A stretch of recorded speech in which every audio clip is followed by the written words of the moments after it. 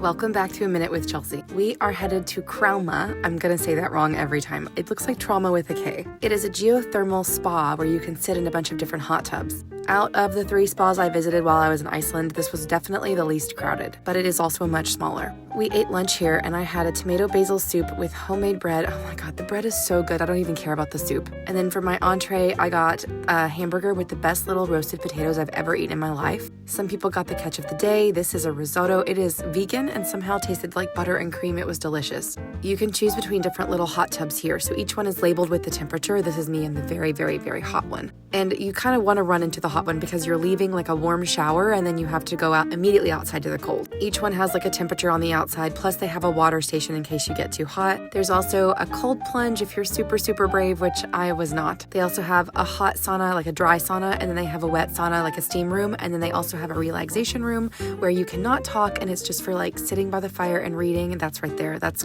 our guide, loudest in the relaxation room. I think we must have stressed him out a little bit. I did put my hand in the cold plunge, which is 6 degrees Celsius, which I don't even know what that is Fahrenheit. Let me look. 42 degrees Fahrenheit. Is that right? That seems like it's much colder than 42 degrees.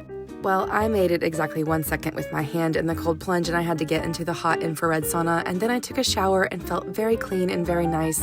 I think that the culture of Iceland, the bathing culture of Iceland has changed my body. Like, I need to have a sauna in my house. I need to have a hot bath every night. I need to finish with like some cold water.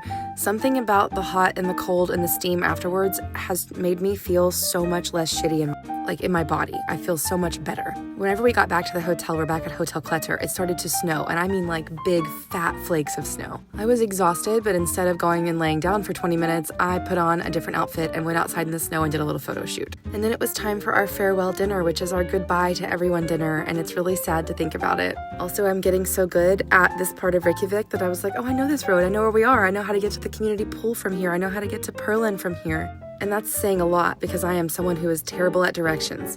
But I was just thinking about it, like, now that I'm like back home in Conway, Arkansas, and don't worry, you're gonna have another month of Iceland content because I was there for a long time. But now that I'm back home, I'm realizing that nothing here is walkable. Like, if I wanted to walk to Seven Brew, it would take me 2 hours because there aren't sidewalks and it's just a bunch of country road.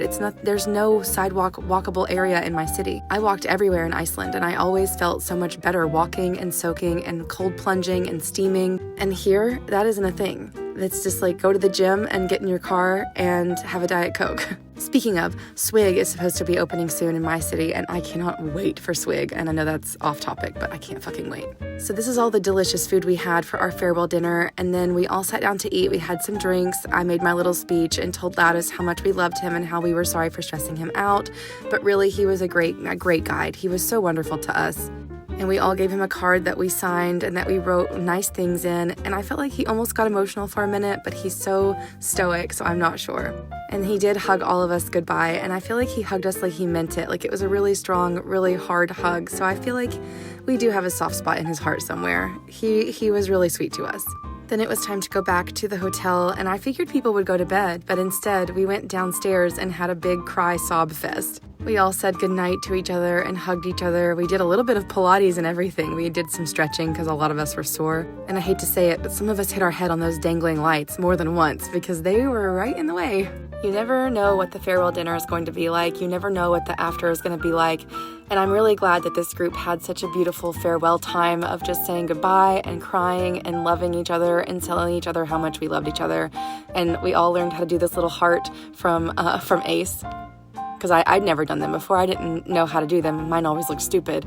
But just like being around these people, being around these women, I love you all. Thank you so much for taking a chance on traveling with a random stranger from the internet.